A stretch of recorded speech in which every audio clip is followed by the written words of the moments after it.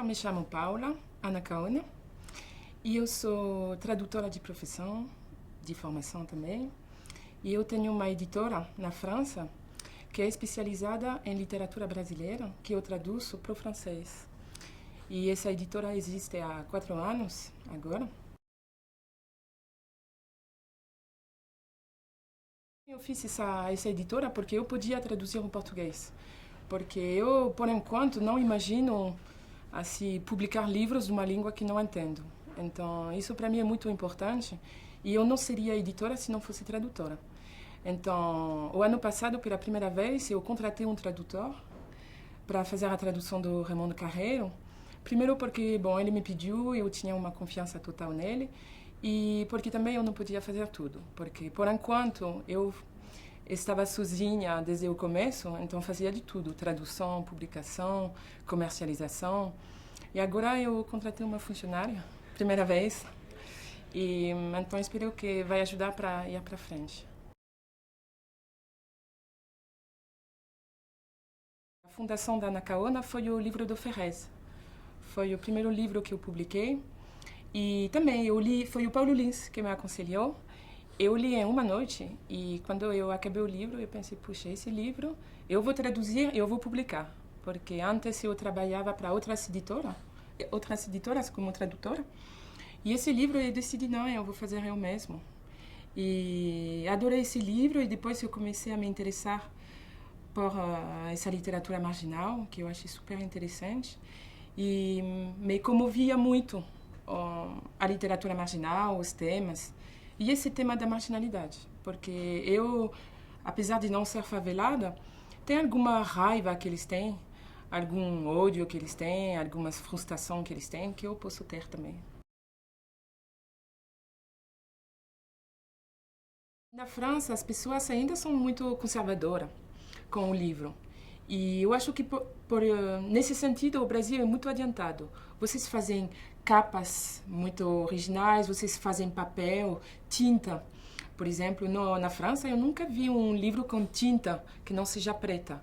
E lá no Cosaque na Filha, eles fazem tinta verde, azul. E eu acho isso interessante. Então eu faço um pouco de canibalismo, assim. Eu pego algumas ideias do Brasil, eu misturo com as coisas da França e eu faço o meu jeito. Quando eu decidi montar a minha editora, eu não estava satisfeita com os livros que eu achava no mercado francês, que justamente eram livros um pouco convencionais, não tinha muita essa literatura do gueto ou literatura marginal, mas também eu não estava satisfeita com a forma, o formato do livro. Então, por isso que eu decidi em meus livros sempre ilustrar eles. Então, nos livros mais urbanos tem fotografias, tem grafiteiros que ilustraram o livro. E nos livros do Nordeste tem algumas ilustrações mais inspiradas da xilogravura. E eu acho importante justamente, talvez mudar um pouco o formato do livro, porque todo mundo se queixa que ninguém mais lê, mas talvez a gente não lê mais porque a gente tem YouTube, a gente tem iPhone, a gente tem essas coisas, e talvez precisamos mudar um pouco o formato do livro, porque eu acredito em que um livro assim muito branco com a página assim com só o texto, uma capa muito comum, eu acho que esse livro não tem futuro. Porque não tem jeito, você colocar esse livro e você colocar YouTube do lado, todo mundo vai no YouTube. Estamos todos iguais. Então, justamente, você tem que seduzir o leitor. Eu acredito muito nisso. Então, você seduz o leitor com livros muito bem diagramados, com ilustrações, com alguma coisa a mais, para falar também essa geração do século XXI, que é uma geração muito gráfica, muito urbana, também uma geração que é muito apressada. Então, por isso que eu acredito muito no futuro do conto, que o francês não gosta de contos. Não é a tradição francesa.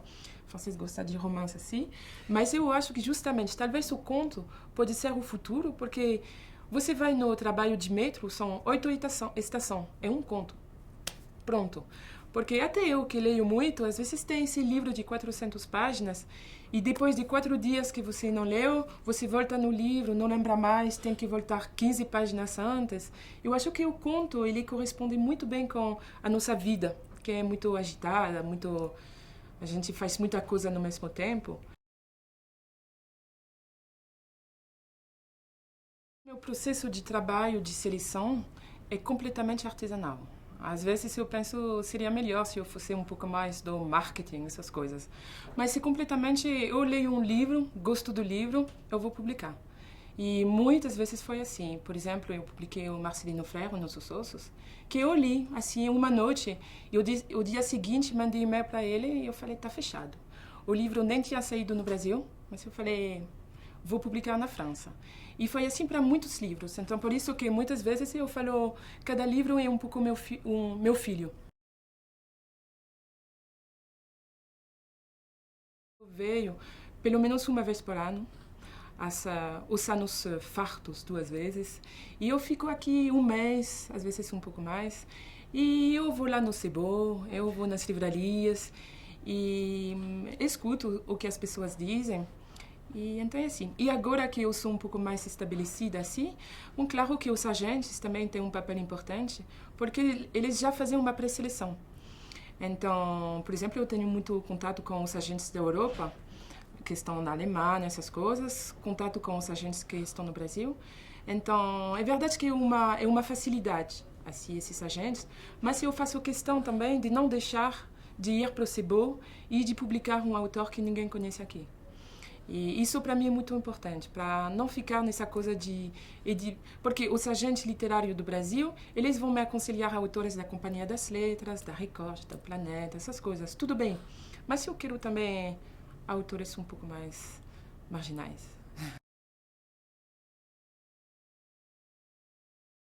O francês tem um preconceito e uma imagem do Brasil que é tão forte, que é essa imagem do futebol, do samba, da mulata que rebola, essas coisas, que é muito difícil falar para ele, olha, ok, o Brasil é futebol e samba, mas tem pessoas que escrevem também, tem pessoas que leem. Ah, é? E então, realmente, a minha principal dificuldade é isso. Mas eu acho que está mudando, porque, por exemplo, até há 4 ou 5 anos também a Europa não tinha visto o Brasil de um ponto de vista econômico. Para eles o Brasil ainda era terceiro mundo. Mas agora eu vejo, desde 3, 4 anos, que os franceses começam a ver que o Brasil é uma potência verdadeira. Eles veem que no Brasil tem uma classe média, porque até há muito pouco tempo as pessoas falavam, no Brasil só tem ricos e só tem pobres. E agora eles começam a entender que tem essa classe média, que é consumidora de bens culturais. Então, agora que economicamente a percepção do francês mudou, eu acho que tem que mudar culturalmente. Acho que o governo pode justamente fazer esses apoios para a tradução, porque é verdade que a tradução de um livro é um custo muito grande para uma editora. Então, já com esses programas ajuda. Eu acho que também alguma ajuda para difusão, para divulgação. Essas viagens dos autores do Brasil para a França ajudam muito, porque assim, não sou eu que vou defender o livro, vai ser o autor que vai vir para a França, que vai fazer assim um roteiro nas livrarias. Então eu acho que isso ajuda. E, e talvez eu acho que isso seria importante, um apoio à língua portuguesa. Porque, por exemplo, eu quis que meus filhos aprendessem o português na escola, e felizmente eu moro perto de um colégio que tem, mas tem 2 colégios em Paris que fazem português. Então eu acho que isso também deveria ser mudado, porque a maioria dos franceses aprende inglês, alemão e espanhol, tudo bem. Mas eu acho que o português também economicamente pode ser uma oportunidade de trabalho para o francês, talvez muito mais do que o alemão. E então eu acho que o governo também poderia apoiar o ensino à língua portuguesa a partir dos 10 anos.